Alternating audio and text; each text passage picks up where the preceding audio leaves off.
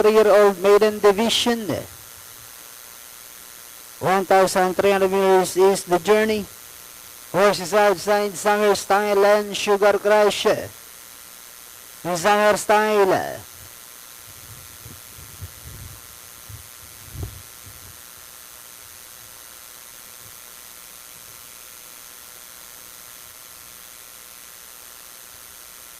And Sugar Crush.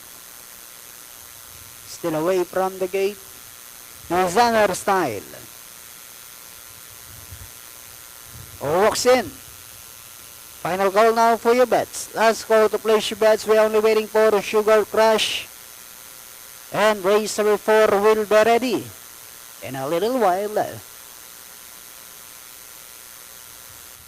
Sugar Crush. She's inside. Set. Ready for racing.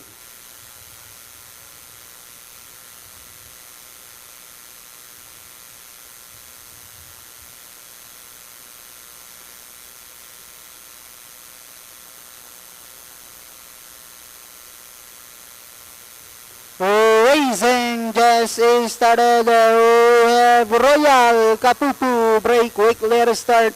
Rushing upon the outside now to grab the lead is a Penny Perfect.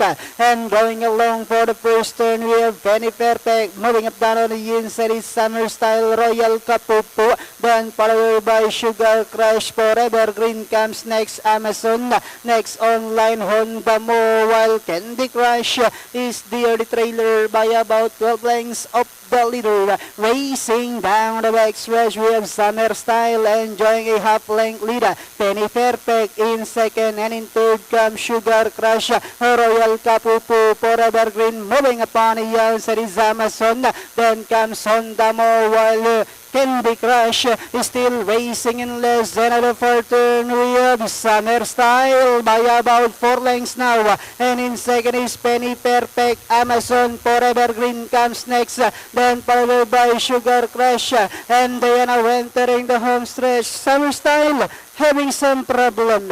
We have Penny Perfect takes command, then on the outside Amazon once again moving it down on the inside is a Summer Style with about 100 meters of the race. Penny Perfect, Summer Style once again for the second time around to grab the lead, and finally it's going to be Summer Style. Second is a Penny Perfect, Amazon, Honda Mo, then comes Sugar Crush, Forever Green.